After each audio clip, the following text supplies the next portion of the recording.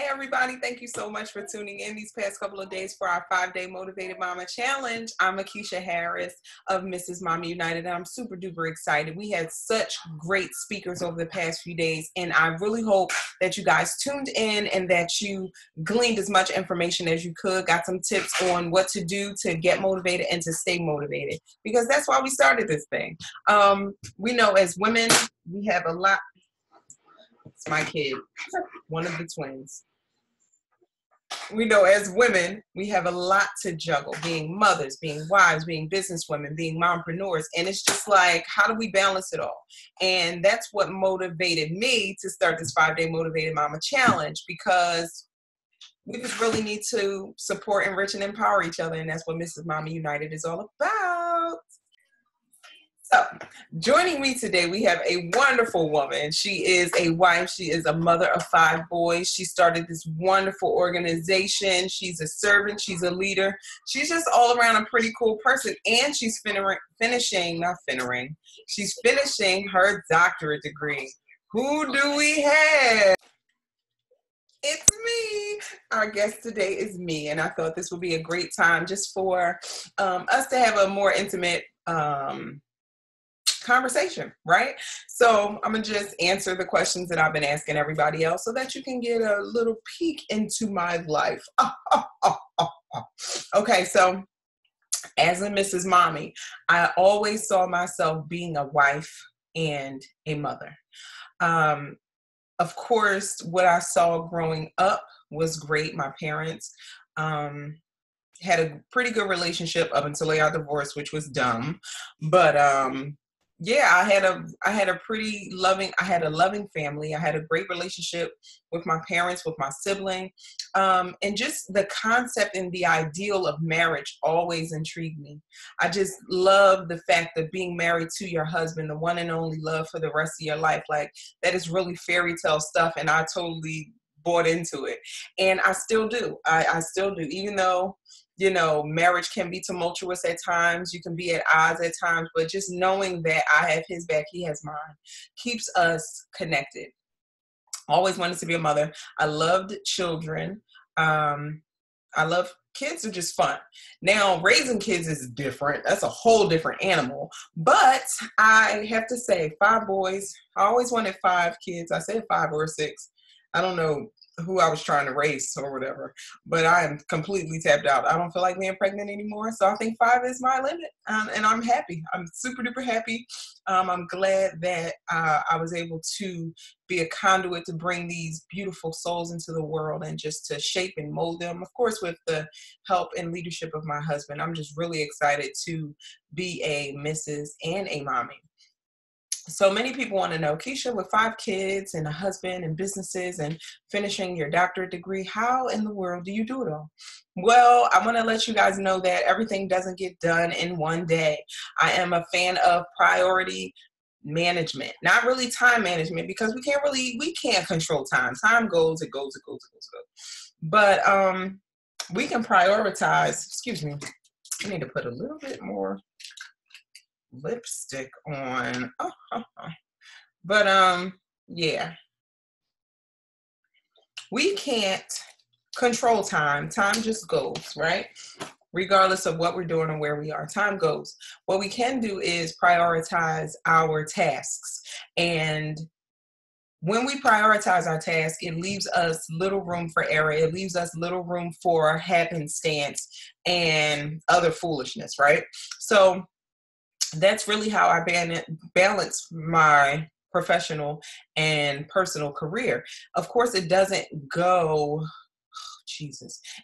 as planned every day, but I have a pretty good framework of what to follow and what's to be expected during certain blocks of the day. And that's another thing. I don't do hour by hour, minute by minute, but I use blocks of the day for certain things that need to get done. And I feel that that's really helped me, and it's helped a lot of our other Mrs. Mommies and a few clients that I had as well. They found that they're able to get a lot more done in a day when they use these blocks of time, so they don't allow their tasks and responsibilities to overlap, which is great. So some key motivators that I have that I use when I feel down or I'm ready to quit, which is like pretty frequently because being a mompreneur and just a mother, being a woman, it's just a lot of pressure. It's a lot of things to get done and you feel like there's never enough time in a day. But what I do to my key motivators are rest, self-care, which is, look, I might just take a nap. I may take a shower. I may just relax with a glass of wine in a bathtub and just X everybody else out. Sometimes you just have to put it all down and just have a seat, because worry, anxiety, panic, none of those things are beneficial for you, your mental stability, your family. None of these things is not going to help you. Like, let's just be real about it, okay? It doesn't help. You're not your best self when you're worrying or when you're performing at less than half. You know what I mean? So we need to take that time and refuel. And I found that a lot of my I found that I'm triggered by chaos and busyness. That triggers anxiety. That triggers panic. When I don't plan properly, I get frustrated. I get panicky. I don't eat, and I tend to drink coffee like on an empty stomach, which causes me to go crazy, go bonkers, because I'm all caffeinated and hyped up, but I don't know where exactly to put my energy. So that it just causes a whole cluster, you know the rest. So I try to, just do those things and settle my mind down, because it's constantly racing. So when I settle my mind down and I strategically plan where to put my thoughts and where to put my energy, it really helps me for the better. Okay. What advice would I give moms who are having trouble staying motivated? The advice I would give mothers who are having trouble staying motivated is to revisit your why. Why are you doing this? Why are you doing the things that you do? Let's just take it down to the very basics for motherhood. Why are you fixing your kids' lunch? Why are you cooking dinner and meals for your family? Why? Something simple. No, you may not feel like it, but does it bring you joy? Does it allow you time to sit and bond with your family? Like, what are your reasons? With your husband, I'm one to help my husband prepare, for work and for whatever he has coming up. He's a photographer and videographer, and we just started doing some real estate contracting and flipping and all that good stuff. So it's like, if I know he's going to have a long day, are his clothes ready? Do I have his coffee, his breakfast ready? Does he have snacks for lunch? Like, what's the reason for these things? Am I doing it out of duty or obligation, or am I doing it out of love? And feeding his love language, which is acts of service. You have to revisit your why. When you are having trouble staying motivated, revisit your why and look at your goal. So this is why you want to do it. And then look at the goal. That block in between is going to be all on you. That space in between is all on you. That's your motivation. Your why should keep you motivated on your goal. And in between is the energy you use to get there, the resources that you use to get there. Because it's not impossible. It's not impossible. You can absolutely do it. And I'm here for you. Like, I'm here to help. Hello? Yes. Okay. Boop, boop. Here's my coffee. And my cup says, live a life you love. And I believe one of our, yes. One of our women, I believe it was Candace Withers, on our second day, she said that. She said, live a life that you love. And I think that is remarkable, because it's very, very true and very necessary. Okay. So if I had a theme for this season of my life, it would be, to stay focused and be grateful. For me to be content in the space that I'm in is huge, because I'm a visionary. So many times I'm always looking in the future, and I forsake where I am right at this minute, right? So I often live in two different time zones at the same time, which is frustrating and impossible, and can cause depression, anxiety, and panic, and many of the things that we experience. One of my spiritual counselors and therapist, she was saying how you experience depression when you're living in the past, right? Because you're longing and holding on to things that happened a long time ago.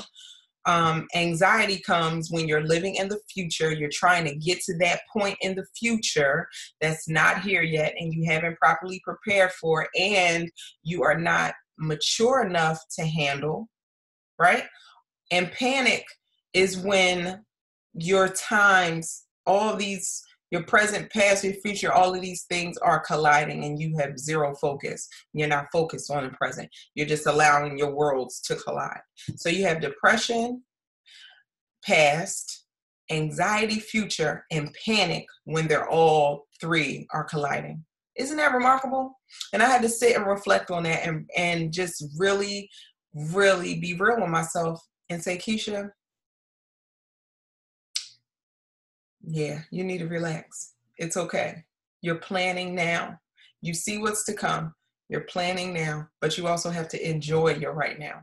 And that's one thing that I really want to stress to you all and really encourage you all to do.